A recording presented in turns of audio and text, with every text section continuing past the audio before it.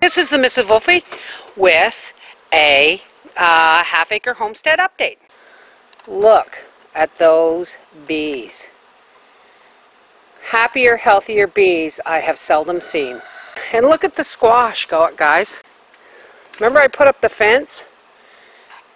They are climbing the fence and I just keep turning them back over so they're not going to kill my turnips. Here's our barred rock chickens. You really can't see them because they're behind the wall of green. Here's my potatoes, and they're still growing like mad hatters. I've covered them with old hay, and they've grown up through, so hopefully we'll have a good crop of potatoes this year. There's my 2 sugar beets. I can't wait for them to get full grown and see what we can do with those. Let's see what Papa's done in the barn. Oh, you fixed... No, that's all... Did you cut the gate down? I took that spot off him. Oh, hi, Clover. Hey, Oli. Hello, pig. Pig thinks she's a goat. She's eating hay. She thinks she's a goat. She's eating hay. I'd scratch you, but your face is dirty. Hi, Clover. Oh, look, Daddy, you built them a new hay thing. Now, one of my friends... from homesteading for my family, just recently got goats, and I explained to her that hay should be kept off the floor because they'll only eat the top inch or so of it. No, what? My goodness! They'll only eat the top inch or so of it. So Wolfie here has built obviously from a skid. Hi, sweetheart. He's built them a hay rack, and it goes all the way down, and you just stuff the hay in nice and tight, and they will pull out bits of it, but they can't pull it out and knock it all over the floor. Good job. These are my girls. It's not milking time yet, but hi, Blossom. And then you have over there, let's see if I can zoom in. The goats were always trying to get their heads through the chicken wire to eat the chicken grain, and then the chickens were escaping through that top there. So it looks like Papa's fixed that. Let's go have a look. Here's my milking stand where I milk my goat. I have some previous video of me milking a goat this summer, so I will add this to this. Good girl. Yes, you are. How much do you get? If I milk them twice a day, I would get a half a gallon. Wow. But I only milk them once a day. And I get about just over a liter, which is all we need.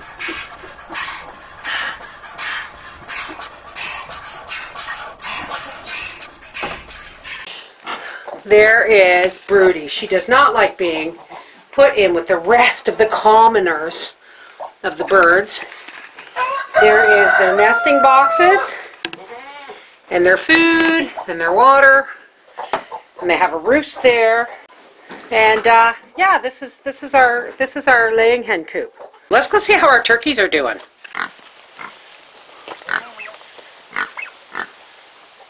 There's the turkeys. Here's our rabbit hutches. We've only kept the 2 cages, and it has a nice divider that we can slide up and down. I can't slide up and down. Once we clean this up, we're going to get a male rabbit and a female rabbit, and we're only going to keep 2 for breeding, eh, dear? Mm-hmm. And this is diatomaceous earth, and every once in a while, you put a little bit of this on their feed, and it helps just a little bit, like a tablespoon or something on their feed, especially if it's molasses oats is sticky, and it's not genetically, most oats nowadays, right now, are not genetically modified. So if you put a little diatomaceous earth on their molasses oats, it will stick to it, and it will help rid them of internal parasites. Do you have internal parasites, pig? She gets lots of treats.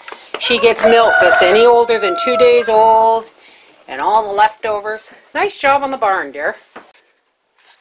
Yesterday I canned corn and beans, but the old pressure canner is no longer reliable. It was venting some steam around the edges, and it has a little dent in the bottom which makes it not sit level. So it's still good for pressure cooking, like my 3 or 4 frozen chickens before canning, but I did have to invest in a new pressure canner. And here's what I got. Because I don't always have enough to fill an entire 22-quart pressure canner, I bought a 16-quart as well. And this is what they come with, which I really like. This is the same kind I had, but this is a new model. This has 3 individual weights, obviously 15, 10, and 5. And if you see this here, that locks when it gets up to steam. When it locks, will pop up, that little red button will pop up, and that's locked. And you can't push that down because it's under pressure. That will only be able to be pushed down when it's not under pressure. And of course there's the safety valve and all that stuff.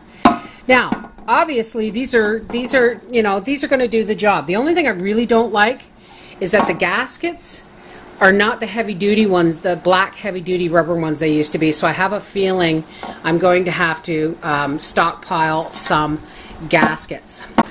Let's get back to work.